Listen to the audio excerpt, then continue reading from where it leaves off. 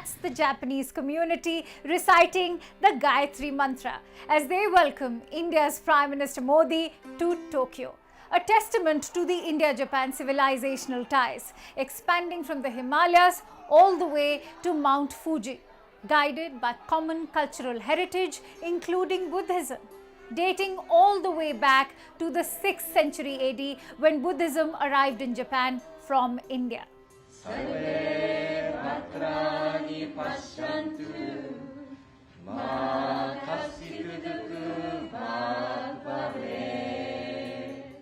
And this ancient connect explains the shared India-Japan ties on ideals of democracy, tolerance and open societies, now strengthened by economic and defense cooperation.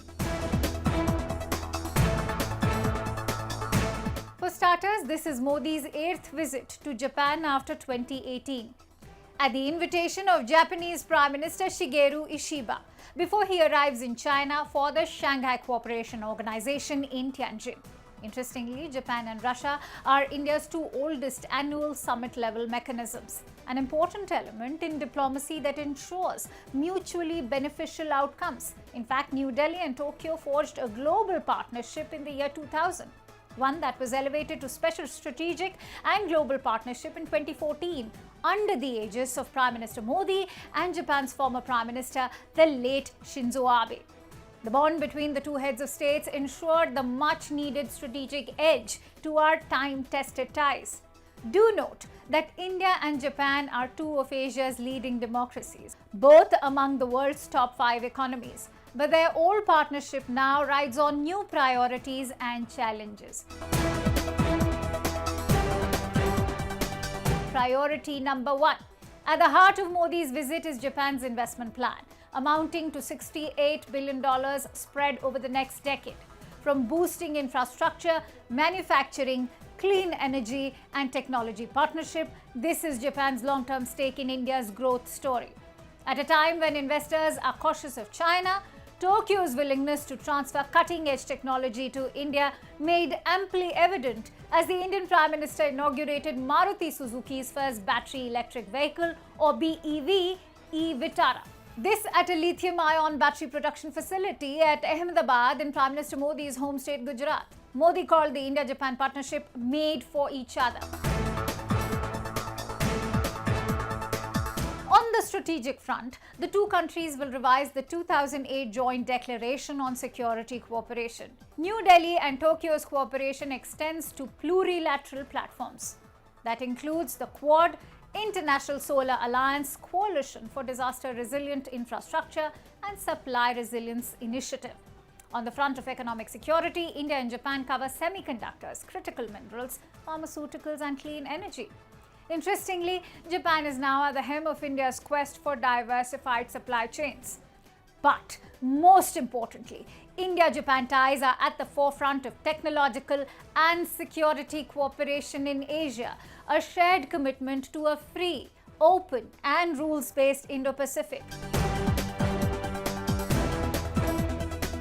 Do note, Japan's long-term stake in India's growth story arrives against the backdrop of Trump's unpredictability, his trade war with India unraveling over 2 decades of a partnership between New Delhi and Washington, one achieved painstakingly through successive administrations on both sides, from George W. Bush to Joe Biden.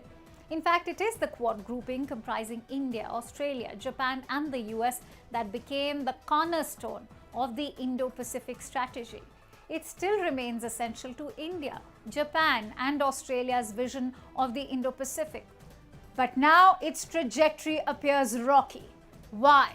Because of Trump's moody engagement. So much so, the US president's second term signals disengagement and a narrower view of alliances.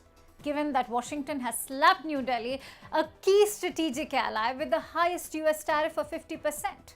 Begs the question, will the India-US trade war risk diluting the Quad's strategic coherence? So by engaging with India for Japan too, there's a larger political message, one that goes beyond economics and defense, that Tokyo continues to offer consistency, resources and a shared strategic outlook to New Delhi, one that's rooted in an old partnership democratic values and a free and open Indo-Pacific.